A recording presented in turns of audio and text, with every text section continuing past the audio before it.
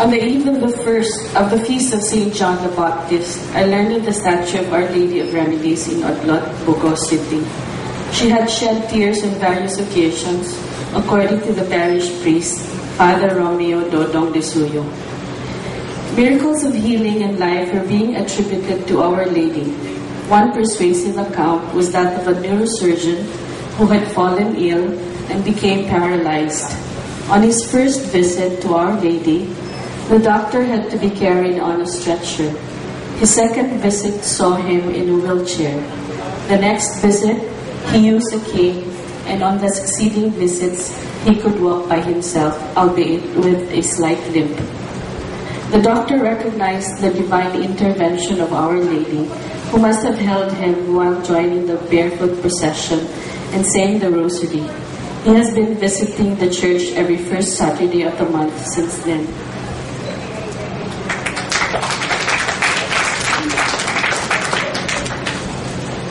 Thank you, Ms. Ocampo. Now I did the article about the Shrine of Our Lady of the Miraculous Miracle. It's a rather short article, so if I read excerpts from it, that would be very little for you to read. What I'd like to do now is to simply ask you to visit the shrine. Although we know that we can reach out to our Blessed Mother from wherever we are, whenever, even from right here, right now. But still, taking the time and the effort to make that visit would be something like a very special kind of prayer, a grace-filled one. And in this case, literally grace-filled, because there is a standing ground of indulgences for pilgrimages made to this particular shrine any time of the year, subject of course to certain personal conditions. And even without that, I guess most mothers would really appreciate and cherish being visited by her children. Now, how to get there, you would have to read a book. Thank you.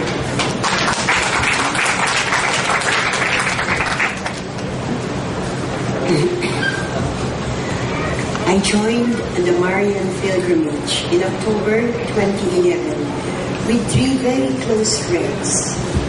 What I had in mind was just to have fun on my very first trip to Europe. That is not how it turned out to be. It was a very spiritual journey. The journey had many unexpected events and lessons that made an impact on my life. Right at the first miracle site, Lourdes, where the Blessed Virgin Mary appeared to Saint Bernadette, a simple shepherd girl, I had my first awakening. My non-Catholic friend and I were traipsing around the lovely garden areas and admiring the magnificent churches of Lourdes. From the top, we were impressed to see a clear winding river amidst greenery. We marveled at the parade of sick people in wheelchairs being pushed by uniformed nurses. I was so fascinated with the whole thing that I forgot the instructions given earlier that morning to go to confession before doing anything else. At the bath, we saw people lined up to dip in the miraculous waters of Lourdes. We joined the long line that snaked around benches where people could sit down. We sang and prayed with the others. When it was our turn, we were led inside the room with draped curtains that partitioned sections.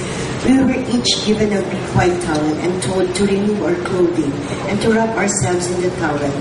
This towel was later removed by 2 lady attendants who led us to immerse totally in clear, cold water in what looked like a bathtub.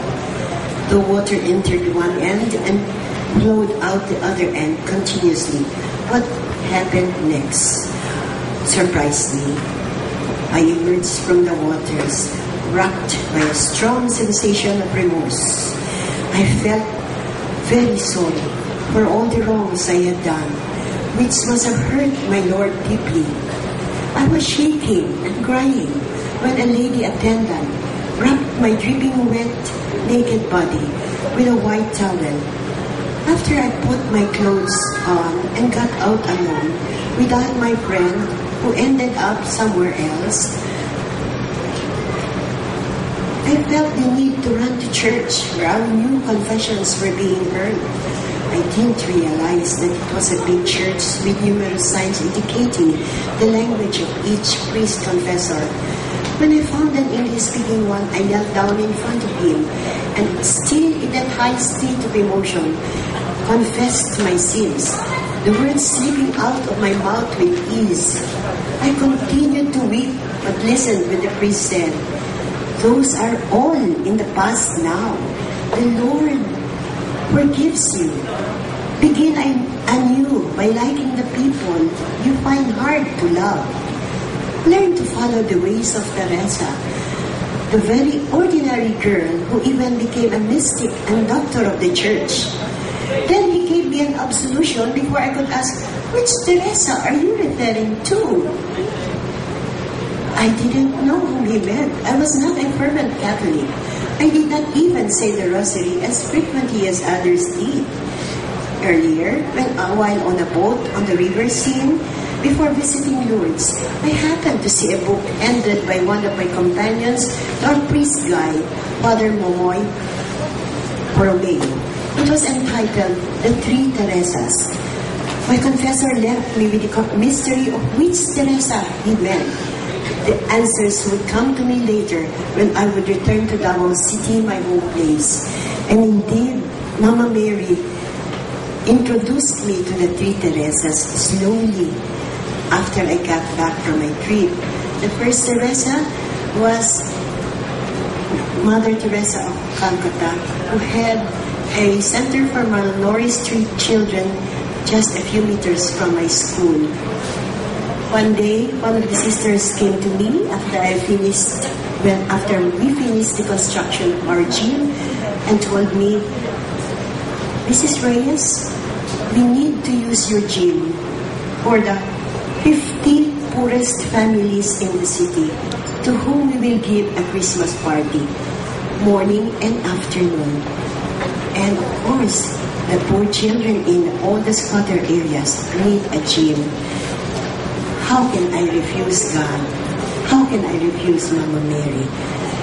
The second Teresa would come to me when I needed an assistant administrator very badly for my school. And one day, my former principal came and said, "Mama Ida, I know you need me as your assistant. Will you hire me again?" And I said, "Of course." And later would I know that their patron saint in the seminary was Mother Teresa, Saint Teresa of Avila. And the third Teresa was the real Teresa, whom I had to know.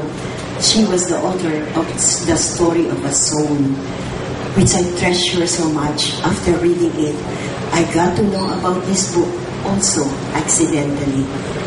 And up to now, Mama Mary continues to be a miracle to me. Thank you and good afternoon.